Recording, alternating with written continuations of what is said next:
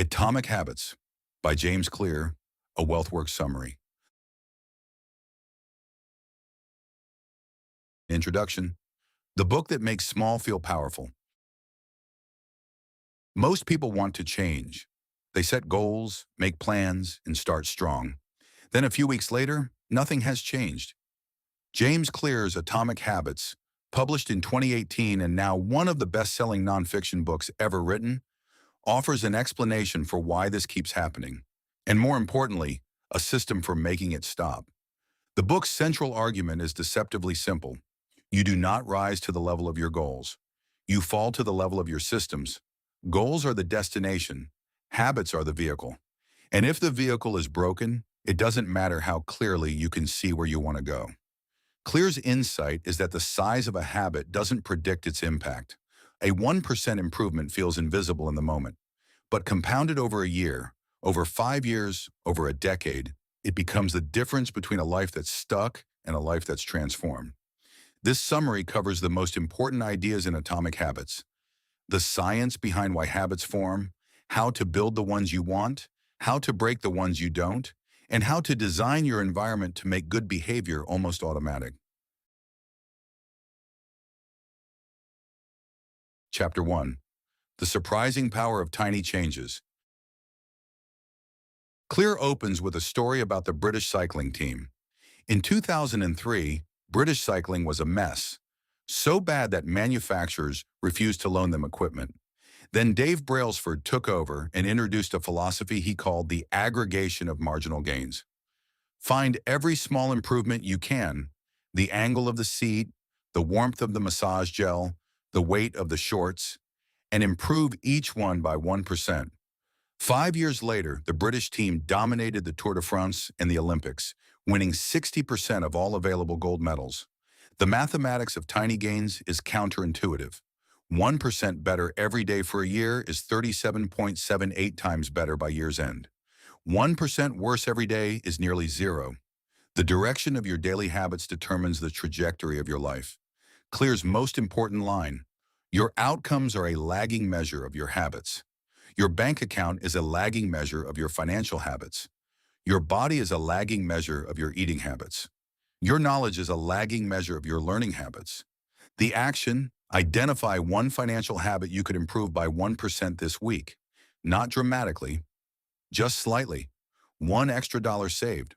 One fewer impulse purchase. The direction matters more than the size. Chapter 2. How habits shape your identity.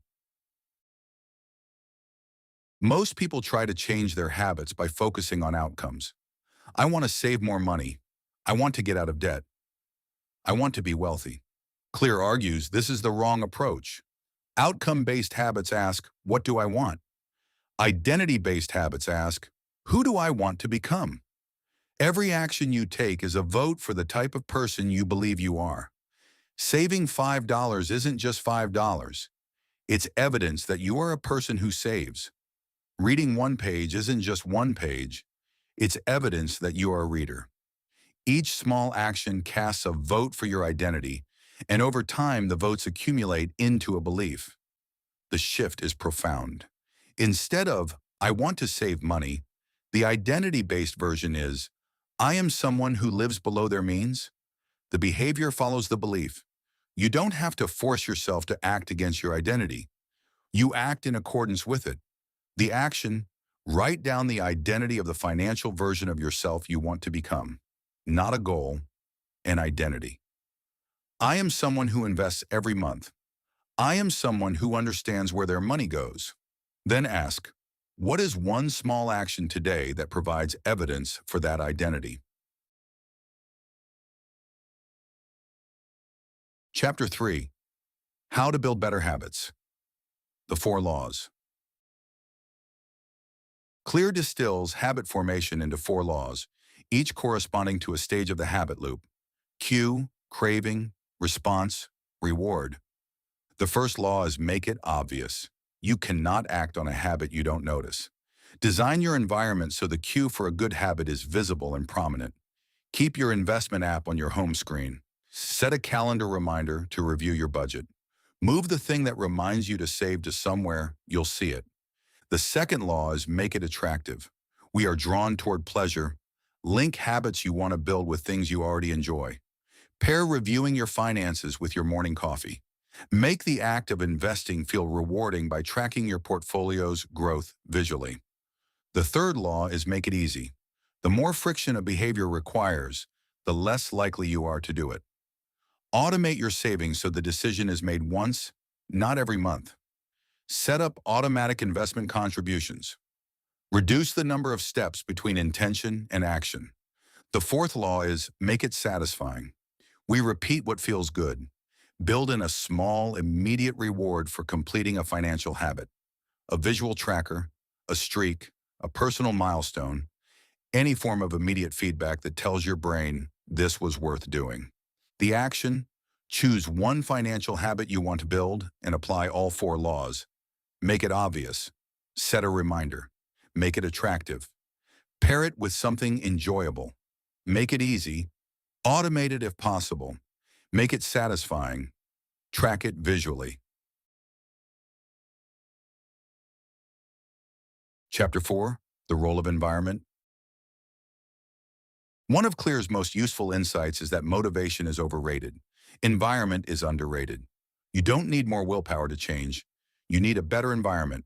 The person who keeps junk food off the kitchen counter eats less junk food, not because they have stronger willpower, but because the queue is gone.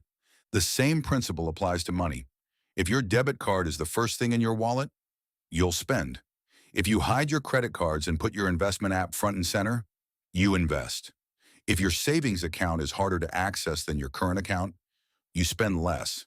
The most disciplined people are not the ones fighting the hardest against temptation. They are the ones who have designed their lives so temptation rarely appears. The action: do a financial environment audit. What cues in your daily life are triggering spending? A saved credit card on shopping sites, notifications from retail apps, a wallet that makes your payment card too easy to reach. Remove one spending cue this week. Chapter 5, the secret to self-control. Clear makes a claim that goes against conventional wisdom. Self-control is not a reliable long-term strategy.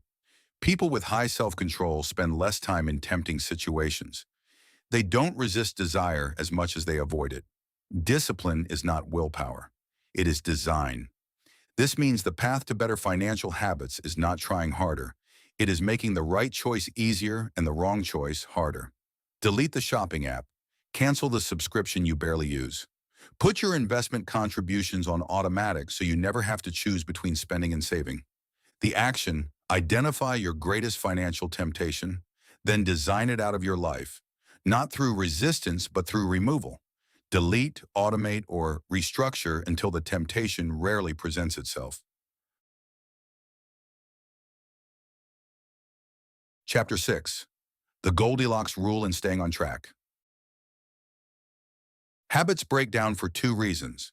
They are too easy and become boring, or they are too hard and become discouraging.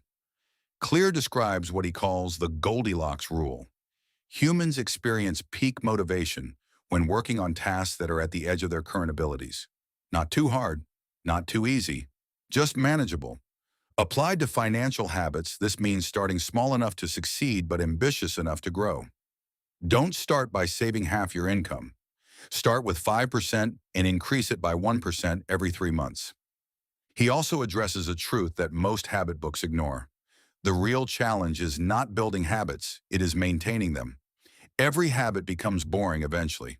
The professionals are not people who never feel bored. They are people who act anyway. The action: review your current financial habits. Are any of them too easy? So routine they've lost meaning?